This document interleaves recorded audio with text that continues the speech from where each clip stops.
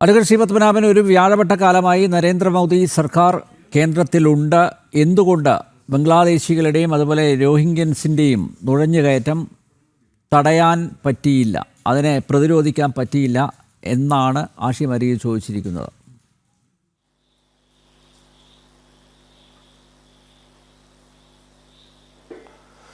അല്ല, ഇതിന് കുറേ ചരിത്രപരമായ കാരണങ്ങളുണ്ട്. ഈ ഇന്ത്യയും ബംഗ്ലാദേശും തമ്മിലുള്ള അതിർത്തി ഏതാണ്ട് 4000 ചില്വാനം കിലോമീറ്ററാണ്. ആ 4000 ചില്വാനം കിലോമീറ്ററിൽ 2200 കിലോമീറ്റർ അതിർത്തി പങ്കിടുന്നത് പശ്ചിമ ബംഗാൾ സംസ്ഥാനം ഒറ്റയ്ക്കാണ്. ആ 2200 കിലോമീറ്റർ എന്ന് പറയുന്നത് ഏതാണ്ട് കൂച്ച് ബീഹാർ ജില്ല മുതൽ നമ്മുടെ 24 സൗത്ത് പർഗാനാസ് വരെ നീണ്ടു കിടക്കുന്ന ഏതാണ്ട് 2200 കിലോമീറ്ററാണ് ബംഗ്ലാദേശ് പശ്ചിമ ബംഗാൾ അതിർത്തി. അതായത് ഇന്ത്യ ബംഗ്ലാദേശ് അതിർത്തിയിൽ പശ്ചിമ ബംഗാളിൻ്റെ ഭാഗം.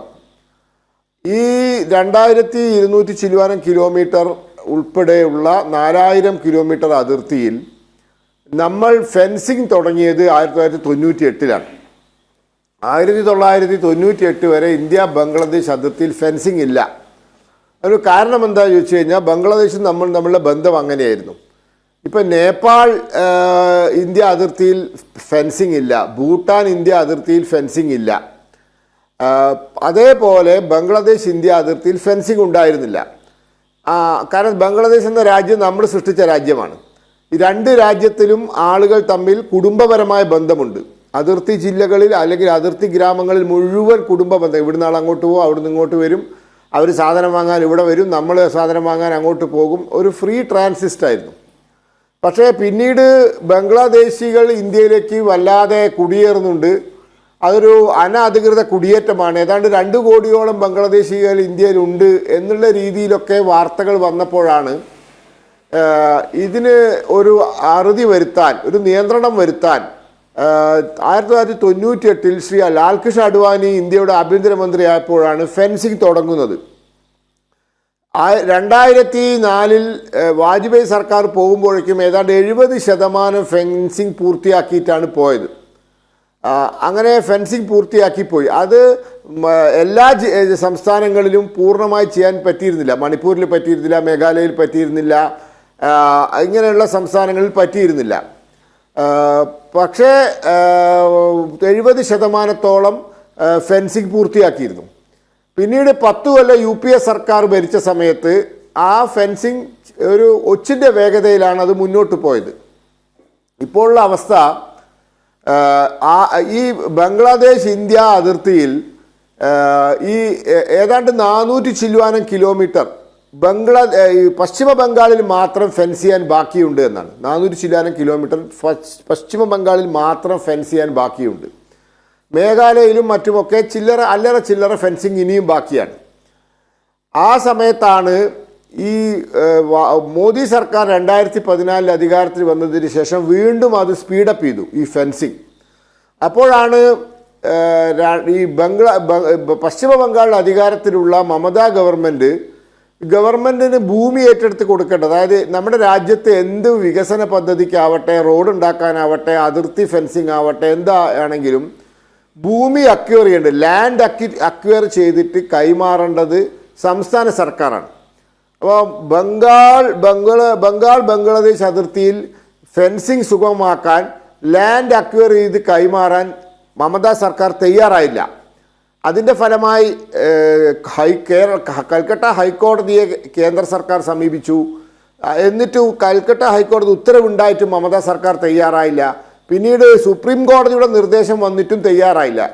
അപ്പോൾ അവിടെ 400 കിലോമീറ്റർ അങ്ങനെ കിടക്കുകയായിരുന്നു. ഇപ്പോൾ ഈ ഗവൺമെൻറ്, സുവേന്ദു സർക്കാരിൻ്റെ ഗവൺമെൻറ്റിൻ്റെ പ്രധാന വാഗ്ദാനം, BJP പശ്ചിമ ബംഗാളിൽ അധികാരത്തിൽ വന്നാൽ ഏറ്റവും പ്രധാന വാഗ്ദാനം ഭൂമി BSFന് കൈമാറും, അതിർത്തി ഫെൻസിങ് ചെയ്യാൻ ഭൂമി BSFന് കൈമാറും എന്നുള്ളതാണ്. പിന്നെ ആയുഷ്മാൻ ഭാരത് നടപ്പിലാക്കും, ഇങ്ങനെ ചില കാര്യങ്ങളാണ്. ആ ഗവൺമെൻറ് അധികാരത്തിൽ വന്ന ഉടനെ തന്നെ ആദ്യത്തെ ക്യാബിനറ്റ് മീറ്റിംഗ് തീരുമാനിച്ച് 45 ദിവസത്തിനുള്ളിൽ ആവശ്യമായ ഭൂമി ബംഗ്ലാദേശ് അതിർത്തിയിൽ BSFന് കൈമാറാൻ അതിൻ്റെ നടപടി ആരംഭിച്ചു. പലതരത്തിൽ ഫെൻസിങ് തുടങ്ങി. അവിടെ പലതരത്തിൽ സംഘർഷമുണ്ട്. കാരണം ഫെൻസ് ചെയ്യുന്ന BSFകാരെയും അവരുടെ ജീവനക്കാരെയും ആക്രമിക്കാൻ ബംഗ്ലാദേശികൾ വരുന്നുണ്ട്. അതിൽ വെടിവെപ്പുണ്ടായി, 3-4 ആളെ ബംഗ്ലാദേശികളെ നമ്മുടെ BSFകാർ വെടിവെച്ച് കൊല്ലുകയും ചെയ്തു.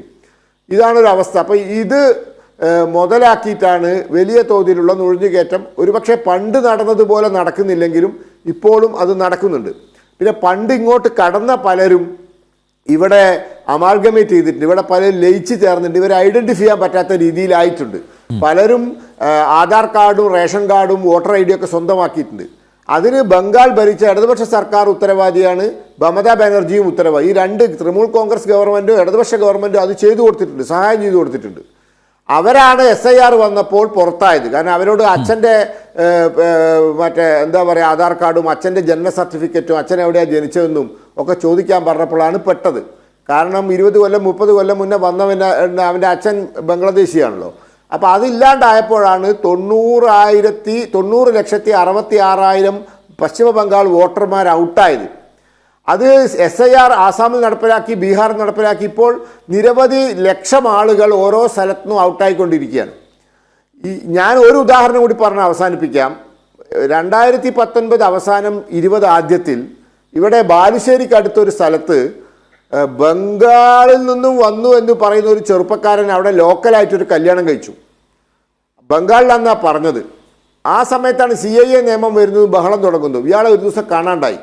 അയാൾ ഇതുവരെ തിരിച്ചു വന്നിട്ടില്ല. ഞാൻ ഇന്നും വിളിച്ച് ചോദിച്ചു ചർച്ചയ്ക്ക് വരുന്നതിന് മുന്നേ, അവിടെ ആ വിദ്വാൻ വന്നോ? ഇല്ല, ആ വിദ്വാൻ വന്നിട്ടില്ല എന്നാണ് മനസ്സിലാക്കുന്നത്. അപ്പോൾ ഒരു വിവാഹം വരെ ഇവിടുന്ന് കേരളത്തിൽ നിന്ന്, ഈ കൊച്ചു കേരളത്തിൽ ഇവിടെ ബാലുശ്ശേരിയിൽ നിന്ന് കഴിച്ചിട്ട് പിന്നീട് CAA നിയമവും ബഹളമൊക്കെ വന്നപ്പോൾ ആളുകളൊക്കെ പിടിക്കപ്പെടുന്നു കണ്ടപ്പോൾ അയാൾ പോയി കളഞ്ഞു. പിന്നെ അയാൾ ഇതുവരെ വന്നിട്ടില്ല. ഇത് ഇവിടെ വന്ന് കല്യാണം കഴിച്ചു കഴിഞ്ഞു. ആലോചിച്ച് നോക്കണം.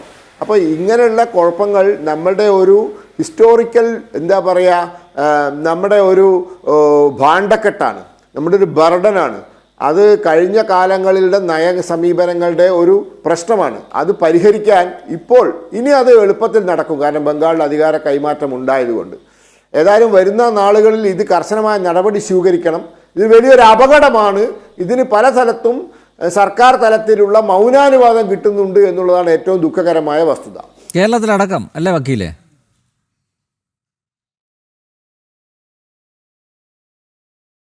അതെ, പല സ്ഥലത്തും പല സഹായങ്ങളും കിട്ടുന്നുണ്ട്. ഓക്കെ.